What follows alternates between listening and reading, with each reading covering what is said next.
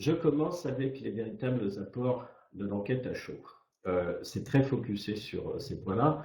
Avant, il est bon que vous sachiez qui vous parle. Donc, je suis Didier Langouette, directeur de la société Nocasa, et à ce titre-là, nous pilotons une entreprise qui a déjà 12 ans d'âge et qui a plus de 1000 clients dans tout secteur, aussi bien de petites entreprises que de très grandes entreprises, avec des thématiques parfois extrêmement précises ou alors des thématiques générales en matière de satisfaction.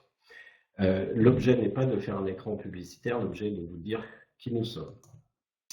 Nos offres et solutions, histoire que vous sachiez ce que nous faisions, et ça va durer très peu de temps, nous proposons un logiciel qui s'appelle Survey Manager et qui vous permet d'organiser vos études ponctuelles en créant votre questionnaire, en diffusant par email vos invitations, ou par SMS d'ailleurs, puis également en collectant les données et en vous proposant des tableaux qui vous permettent d'analyser tout ça avec différents KPI, que ce soit des jauges, du NPS, du CSAT ou autre chose, mais nous avons une grande capacité à mettre en valeur les résultats collectés.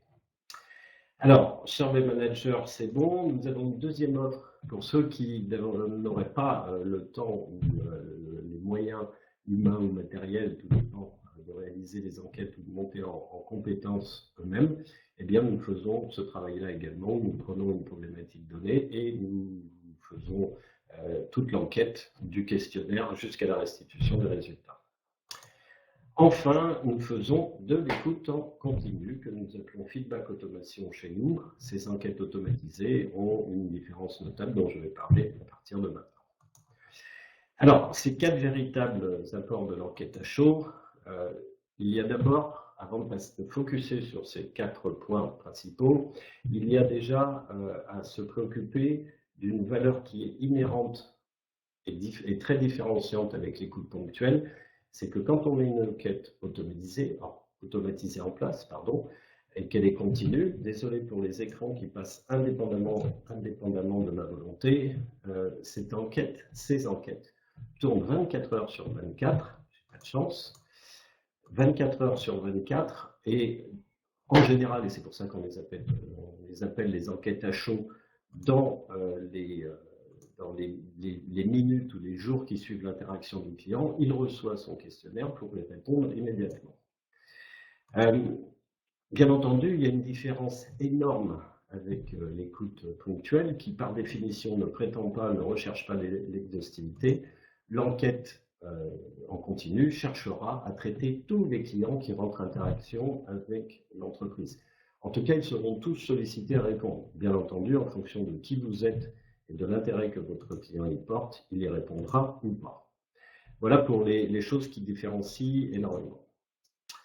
Il y a une deuxième notion à bien intégrer, c'est la notion de parcours client. Si c'est ce que vous savez déjà, il n'y a pas de problème, mais pour ceux qui ne sauraient pas, le principe c'est d'avoir, on appelle interaction avec l'entreprise, tout ce qui va relever de l'acte d'achat, de s'informer, de l'aide à l'usage, de l'appel à un support éventuellement, de la mise en place d'une formation, bref, de toute interaction jugée par vos services comme importante avec votre client, sur chaque interaction, on aura un questionnaire différent qui permettra d'analyser la satisfaction.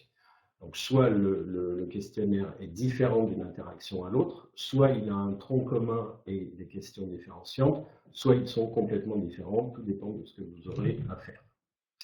Il y a des notions de profondeur qu'on n'abordera pas aujourd'hui qui sont différentes. Donc, chaque interaction, c'est tout ce que va générer comme contact un client donné avec l'entreprise.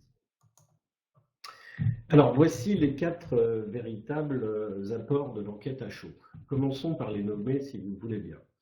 Il s'agit d'abord, avec ce genre d'écoute, de pouvoir piloter ces processus et ces équipes.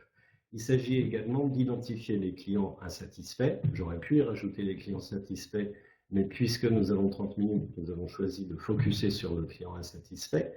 Nous aurons la possibilité aussi, avec ce genre d'écoute en continu, d'informer facilement les bonnes personnes et au bon moment, en simplifiant la manière dont on transmet les résultats. Et enfin, nous aurons la possibilité, avec ce genre d'écoute, d'augmenter la connaissance que vous avez de chaque client. Donc, on rentre dans cette dynamique du marketing personnalisé, où la fiche CRM sera renseigné par les résultats d'une enquête à laquelle aura répondu un client donné. Alors commençons par la première chose qui est, sur le tableau de récap, de piloter vos processus et vos équipes. Les processus, c'est deux dimensions à caler.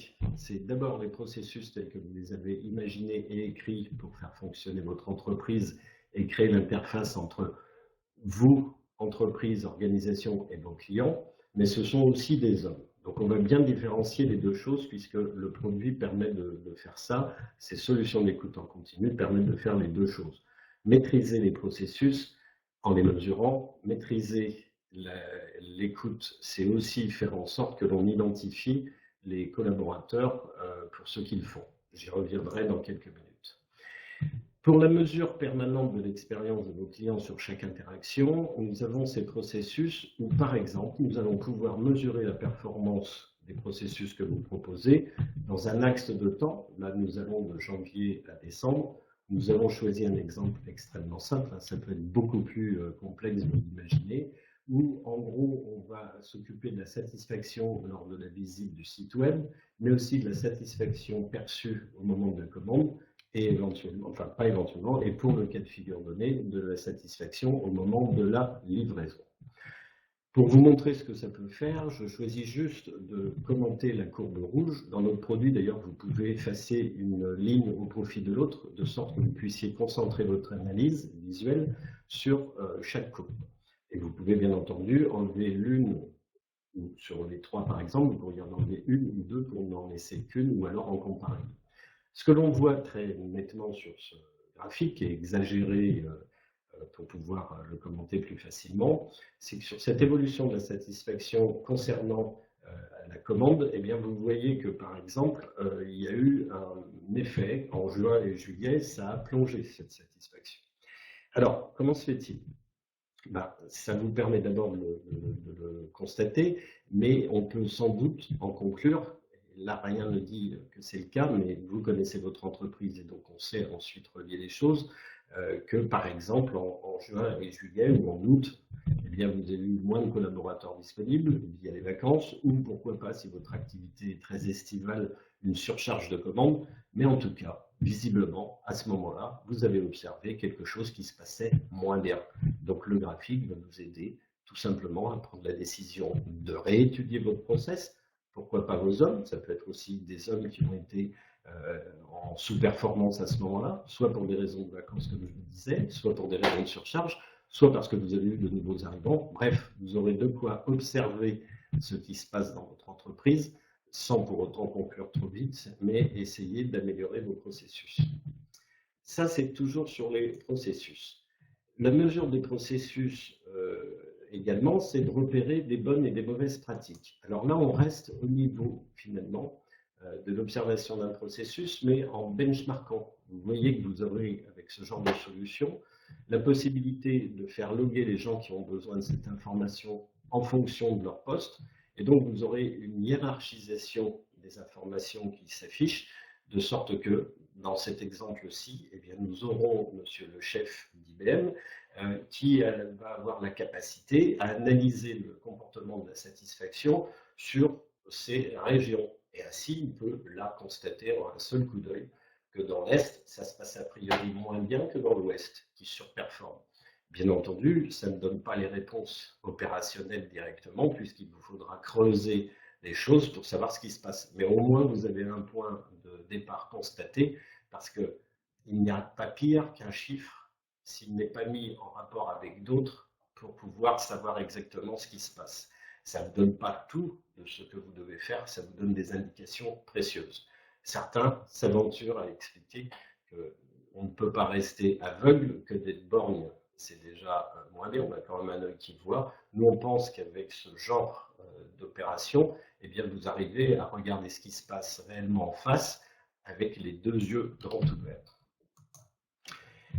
Alors, on a vu que les processus étaient importants, qu'on pouvait avoir des tonnes d'indicateurs. Je vous en ai juste proposé deux pour ne pas noyer le sujet, mais bien entendu, ça permet également de gérer les performances collectives et individuelles. J'insiste parce que ça a beaucoup d'importance selon un certain nombre de critères liés à votre entreprise, comme par exemple l'ambiance, le métier, eh bien, il faudra se garder, quoi qu'il en soit, de conclure trop vite sur l'analyse des performances de vos collaborateurs, mais vous verrez que le système vous permet là encore d'arriver en discussion, en échange avec vos collaborateurs de la meilleure manière qui soit. Alors, je reprends la notion d'une personne d'IBM par exemple pour proposer ce genre de tableau qui vous permettra là encore de regarder les performances d'une région à l'autre ou alors encore par équipe. Donc vous saurez ainsi collectivement dire si telle équipe présente dans telle région a de meilleures performances que telle autre dans telle autre région.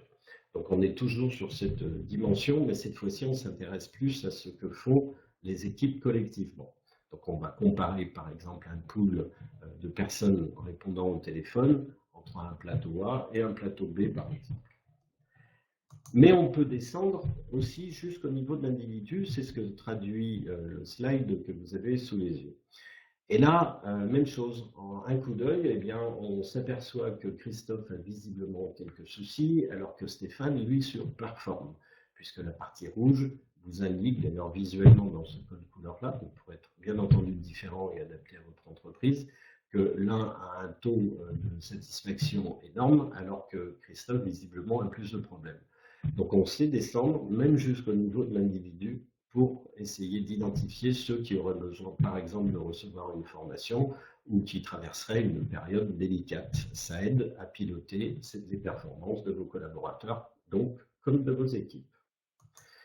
Voilà pour le pilotage des processus et des équipes. Deuxième point que j'ai choisi d'extraire, vous allez avoir la possibilité d'identifier, traiter les clients insatisfaits. Avant, j'observe la question. Alors, Vincent suggère d'associer à ce type d'analyse les sujets qui bloquent au niveau des agents. Par exemple, comme la patience. Oui, c'est exactement ça. C'est-à-dire qu'il ne s'agit pas de constater trop vite, trop brutalement, d'être vindicatif sur ce que vous constatez. Il s'agit d'abord de prendre le temps de bien comprendre ce qui se passe. Parfois, ce n'est pas du tout ce qu'on croit. Et donc, ensuite, de déduire les bonnes actions à mettre en place. Donc, il faut se garder, comme je croyais l'avoir dit, mais peut-être est-ce pas le cas, d'aller trop vite en conclusion et de penser négativement ce que ça permet d'apporter. Il ne s'agit pas d'observer les gens contre leur gré, il s'agit d'avoir un outil qui aide à réguler la performance, à identifier les bonnes pratiques de celui qui surperforme et à identifier celui qui serait en difficulté pour des raisons qui ne sont pas nécessairement liées à l'individu.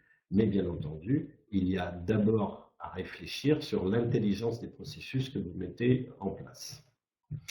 Merci Vincent. Alors, pour les clients insatisfaits, eh bien oui, moi je crois que c'est devenu vraiment le pire ennemi et je vais essayer de m'en expliquer. Ce client insatisfait, contrairement à il y a encore quelques années, eh bien, il a tout simplement une caisse de résonance à sa disposition. Et je crois qu'il ne faut pas hésiter à le dire, elle est disproportionnelle par rapport à ce qui aurait pu se passer de moins bien avec ce client.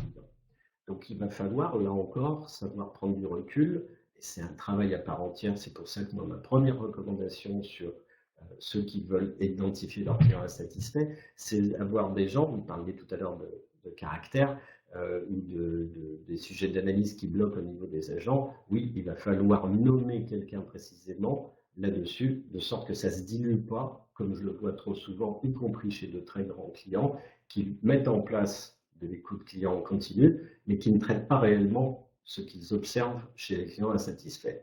Rien ne peut être pire. Non seulement le client va rester avec son mécontentement, vous lui aurez fait consommer du temps pour répondre à une enquête et il s'apercevra que, ce qui a été mon cas cet été dans un cas donné, mais il s'apercevra que malgré cette réponse, rien ne change et il n'y a pas de contact avec l'entreprise. Donc, c'est pas compliqué, proscrivez-le absolument, parce que sinon, vous aurez un double effet, et celui-là, il n'est pas qui se coule, ça sera un double effet négatif. D'abord, il est mécontent, et ensuite, malgré qu'il vous l'ait dit, vous n'agissez pas. C'est absolument catastrophique, et croyez-moi, c'est encore très souvent, beaucoup trop souvent le cas. Alors pourquoi c'est votre pire ennemi? J'en ai parlé, c'est une histoire de caisse de résonance, bien évidemment, puisque maintenant, dès qu'il peut se répandre sur Internet, quand bien même il aurait tort, entre guillemets, eh bien, il ne va pas se gêner pour le faire. Et donc, au bout du compte, vous avez tous en tête maintenant, je crois, qu'un client insatisfait potentiellement vous en détruit de 5 à 10. J'aimerais juste vous rappeler une règle simple. À mon avis, elle a une seule vertu, c'est celui de retenir l'énormité des chiffres. Pour un café servi froid dans un restaurant, dans un café, eh bien, au bout du compte, en 5 ans d'activité, c'est pas loin de 20 000 euros qui peuvent détruire le chiffre d'affaires. On voit bien comment ça compte et comment ça peut être destructif en chiffre d'affaires. La deuxième information, qui ne manque pas de celle non plus, et qu'il faut absolument avoir en tête, c'est qu'en gros, un client existant est 5 à 10 fois moins coûteux à garder que d'aller en chercher un nouveau. Par ces temps d'hyper-concurrence, il est tout à fait important d'identifier ces clients insatisfaits. D'autant que lorsque vous arrivez à vous occuper d'eux, les statistiques montrent que quand on s'occupe d'un client mécontent, on le transforme plutôt assez facilement en sponsor. Ce n'est pas le sujet du jour, mais j'en dis juste deux mots. Ce sponsor, à l'inverse, est le client très satisfait, sur lequel vous pourrez fabriquer des témoignages et vous répandre sur les réseaux sociaux. Habile contre-feu de ceux qui se répandraient négativement. Donc celui-là, ce client-là, insatisfait, il faut absolument l'arrêter. Il faut l'arrêter parce qu'il détruit du chiffre d'affaires, il faut l'arrêter parce qu'il est facilement récupérable pour faire du sponsor et que, en gros, leur pouvoir de destruction des insatisfaits, je parle, est bien supérieur à celui du client satisfait. Alors, comment fait-on? Avec une écoute en continu, le principe, c'est qu'il va recevoir, après son interaction avec l'entreprise, un email ou un SMS. Il va donner sa note, par exemple 2 sur 10, et vous aurez décidé dans vos règles de fonctionnement, mais c'est vous qui déciderez, de dire que pour tout client insatisfait qui vous a mis une note de 2, eh bien, vous déclenchez un mouvement extrêmement important. Donc, ça, le mail que l'on appelle alert email, part directement dans la boîte aux lettres du conseiller mandaté pour suivre les clients insatisfaits. Ça peut être bien entendu son commercial direct, peut-être pas, c'est un choix d'organisation à faire. Et en tout cas, ne négligez pas d'établir et de bien écrire le processus. Dans ce mail, il va bien entendu recevoir les coordonnées du client de sorte qu'il puisse le rappeler. Mais il aura des informations contextuelles. Il aura par exemple le résultat de l'enquête. Réagir à quelqu'un qui met 2, c'est peut-être pas la même chose que quand il met 4 ou 5. Bref, tout dépend des règles de gestion du phénomène que vous voudrez bien poser dans le système. Mais il recevra également dans son email un processus. Un processus accompagnera cet email et quand le collaborateur clique sur l'email, il sait ce qu'il a à faire. Et enfin, j'en arrive à vous donner ce qui est un peu la recette du traitement des clients insatisfaits, c'est qu'il faudra absolument que vous ayez un outil qui vous permet de quantifier les choses, des individus ou un individu nommé qui a des responsabilités là-dessus, qui est mesuré là-dessus précisément également, mais vous lui donnerez aussi des moyens pour récupérer ce client insatisfait. Là, la palette est immense, mais vous aurez par exemple dans le choix d'accorder des remises additionnelles, d'accorder des cadeaux, d'accorder X ou Y faveurs pour récupérer ce client insatisfait. Ne le négligez pas, c'est trop souvent encore le cas. On se contente d'établir un dialogue, mais ça ne suffit pas. Il faut avoir les moyens de ramener ce client vers vous, et là, il faut que vos collaborateurs aient ce qu'il faut. Alors, Vincent me dit, est-ce qu'on parle ici dans le cadre d'un Net Promoter Score ou d'un SAP client? Ça peut marcher pour les deux, c'est un propos très généraliste. Alors, troisième possibilité, et on approche déjà de la 20e minute passée ensemble, et ça c'est quelque chose que j'ai voulu extraire des apports de l'enquête à chaud, c'est qu'on a encore, nous en déplaise, une population pour qui se loguer dans un système pour aller consulter ces informations, donc se mettre sur un navigateur, entrer son mot de passe en identifiant, vous vous rappelez, c'est comme l'exemple que je prenais du collaborateur d'IBM, c'est encore compliqué.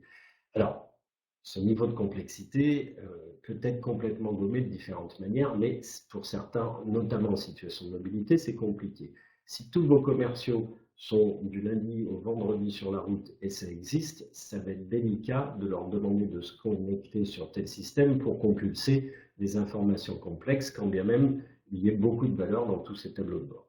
Nous recommandons dans un certain nombre de cas d'utiliser cela, c'est-à-dire des tableaux récapitulatifs que le système fabrique automatiquement et délivre, toujours selon vos règles de gestion, au bon moment, à la bonne personne. Ainsi, le responsable de la région ouest, commercial, recevra l'information lundi matin à 10h en même temps que son homologue sur Paris ou sur Marseille, mais il aura les informations, peut-être qu'il regarde son territoire et le reste du pays. Tout dépend de la manière dont vous voudrez gérer le benchmarking de vos collaborateurs.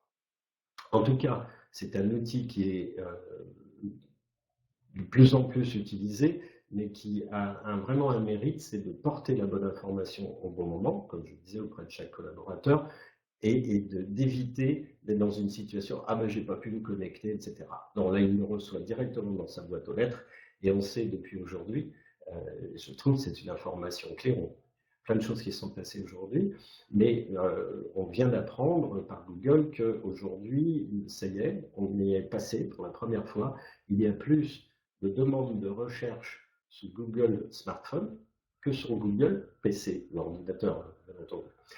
Donc, c'est un événement clé, parce que le device qui permet aux gens de s'informer aujourd'hui est clairement devenu le smartphone. On aurait pu ne pas attendre Google, mais il se trouve qu'on n'a pas la même force de frappe médiatique qu'eux, mais il y a déjà à peu près 6 mois, 6 à 9 mois même, que nous constatons dans nos enquêtes que 50% des enquêtes, et parfois beaucoup plus, ça peut monter à 70%, les gens répondent par smartphone. Donc c'est extraordinairement important comme évolution. Ça veut dire au passage, ce que permettent de faire nos casas, qu'il faut que votre enquête soit absolument responsive design, parce que si elle ne l'est pas, eh bien vous ne pourrez pas offrir une expérience de réponse à votre cible qui soit agréable. Donc voilà pour le fait de communiquer l'essentiel. Donc là, dans ce cas-là, comme c'est un récapitulatif, on choisit des informations clés et on n'envoie pas à travers la messagerie quelque chose qui pourrait être délicat à lire en situation de mobilité. On prend les indicateurs clés. Alors, j'en arrive tout doucement au quatrième et dernier point.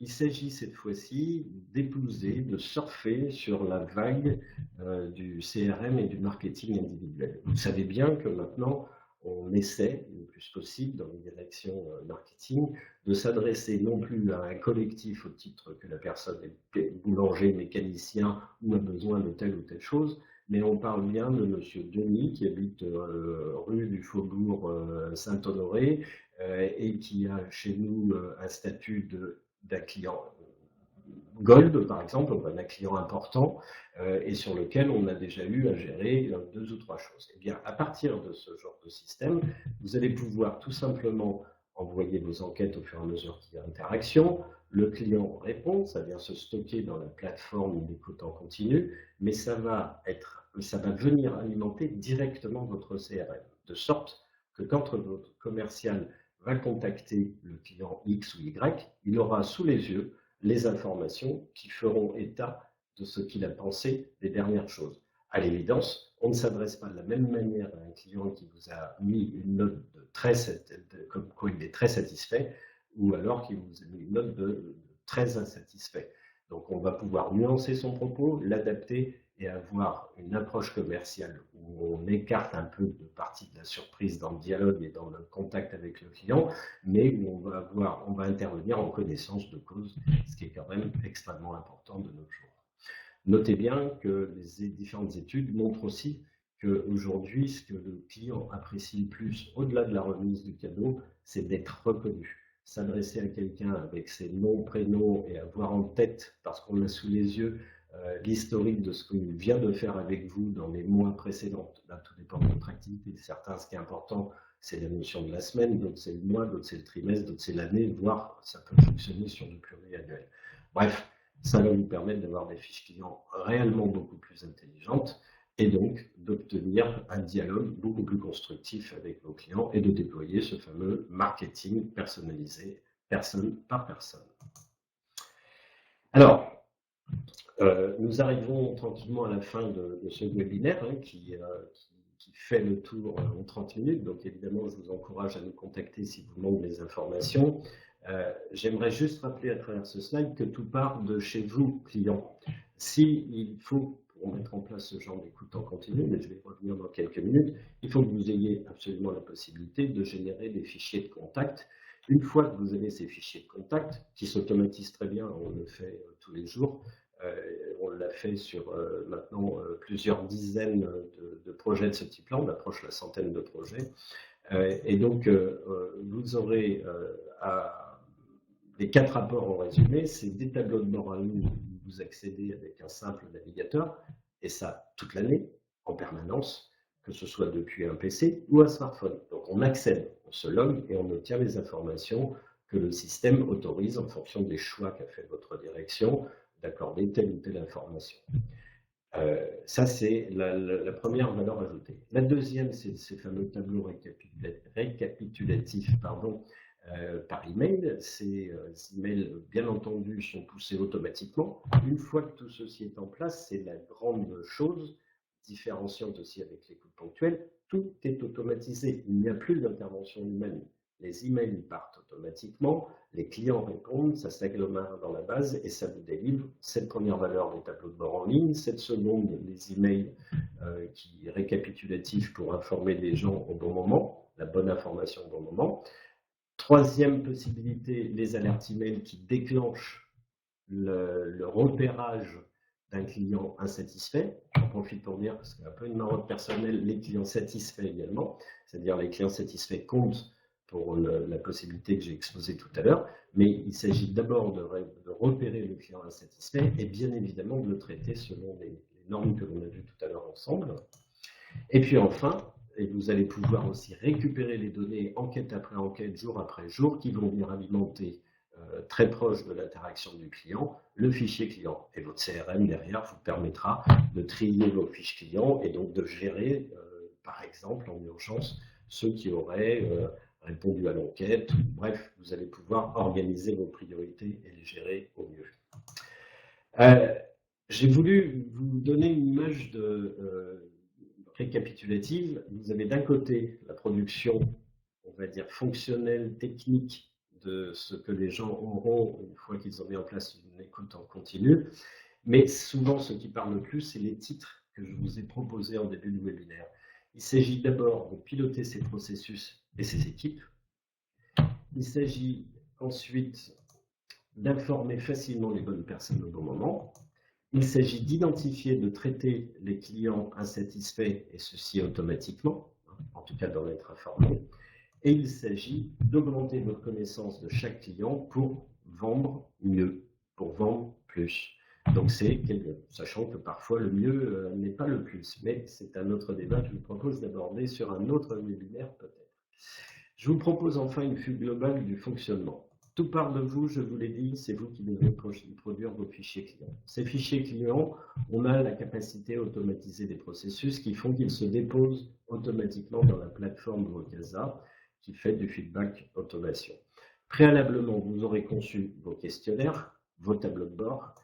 Ensuite, dès que tout ça est réuni, eh bien, on passe en production et en multicanal, on envoie soit des emails, soit des SMS pour faire court vers les interlocuteurs qui ont eu une interaction avec votre entreprise. Ils reçoivent, ils répondent, c'est ce que désigne la flèche qui va arriver. Ça s'agglomère automatiquement sur la plateforme Vocasa. Cette plateforme délivre, je vous le rejoue une dernière fois, mais les 4 valeurs ajoutées dont on a longuement parlé pendant ce webinaire, piloter, informer, identifier et traiter les clients insatisfaits et augmenter votre connaissance de chaque client. Voilà, donc en définitive, moi j'aime bien conclure en disant ce que ça permet de faire, cette écoute client, ça permet de conserver ses clients. Ça permet de réagir plus vite à la concurrence, ça permet de conquérir un nouveau client. Vous savez quoi? Ces 3 objectifs sont les objectifs les plus prioritaires dont parlent les entreprises dans ces années que nous traversons. Donc je pense que nous sommes vraiment un outil qui permet de répondre à ces 3 objectifs prioritaires. Au bout, il y a encore une manière plus simple pour parler de ce que permet de faire une écoute client en continu, c'est plus de réactivité et plus d'agilité pour l'entreprise. Ce qu'il faut avoir absolument en tête, c'est le fait qu'aujourd'hui, il y a une concurrence énorme qui pèse très lourdement sur les processus. Et je suis même surpris parfois parce que nous disent nos clients, parfois ils n'ont pas le temps de sortir un processus qu'ils observent la concurrence bouger à une telle vitesse qu'ils ne sortent plus leurs améliorations, parce qu'elles se retrouveraient dépassées. Donc tout ça, ça peut se mesurer. On peut avoir l'impression d'avoir fait un très bon processus de livraison, et puis au final s'apercevoir qu'un concurrent plus malin a trouvé autre chose et est en train de vous grappiller des parts de marché. Donc tout ça vous permet d'observer et de conserver cette fameuse agilité dont on parle tant en ce début de siècle. Si vous en doutiez, et je ne vais pas vous le jouer maintenant, je vous propose d'aller écouter un témoignage d'Euroassurance, chez lequel nous avons déjà beaucoup de choses en place, et vous trouverez ça sur la chaîne YouTube de Vocasa. C'est absolument clair, ça reprend tous les éléments, ou presque, je viens de vous dire, bien entendu, liés à leur contexte, donc vous ne vous y retrouverez pas facilement pas nécessairement, pardon, pour votre société, mais ça amène un éclairage qui est jugé par ceux à qui nous l'avons déjà montré, ils sont nombreux, que c'est extrêmement convaincant. Voilà, donc je vois que Johan vous a transmis la fameuse vidéo observée. Vous n'avez donc plus qu'à cliquer dans le lien du chat pour pouvoir avoir son image qui vient vous apporter un témoignage direct. D'ailleurs, c'est le genre de témoignage que l'on obtient aussi en visualisant, en mettant en place une écoute pour quand vous avez un client qui vous délivre une note de 10 sur 10, eh bien, allez savoir pourquoi, ça vous aide drôlement à en faire un client sponsor qui accepte de témoigner sur la qualité de ce que vous faites et de son niveau de satisfaction. Et allez savoir pourquoi, ça nous aide souvent à convaincre bien davantage que tout ce que nous pouvons en dire. C'est pourtant la même chose, mais c'est le client qui le dit. Et au bout du compte, c'est toujours le client qui a raison.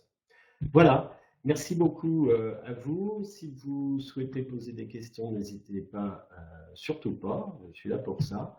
Je regarde si je n'ai rien oublié d'ailleurs. En tout cas, nous avons été ravis de pouvoir vous adresser cette présentation. La présentation, je l'ai déjà dit. Non, je ne crois pas avoir oublié de point. Si c'est le cas, n'hésitez pas à nous appeler. Le but, c'est quand même de répondre à vos questions. En tout cas, allez-y, hein, si vous avez des questions, n'hésitez pas. Johan vous signale que nous avons différents webinaires. Oui, toutes les semaines, nous avons plusieurs webinaires. C'est comme ça que nous animons notre communauté de clients et prospects. Et ça nous permet réellement d'installer un dialogue et un échange avec vous qui est des plus intéressants. Donc, n'hésitez pas. Alors, quelques questions ou pas du tout? J'ai été clair au moins. Est-ce que vous y êtes retrouvés? N'ayons pas peur des vérités. Il faut qu'on arrive à nous proposer un vote. Donc je vois que quelques personnes sont en train de taper, donc je vais attendre patiemment. Je vois que vous êtes encore nombreux en ligne, donc je vais attendre tranquillement vos questions. Et sinon, je vous donne rendez-vous dans les prochaines semaines, dès la semaine prochaine d'ailleurs, pour d'autres webinaires.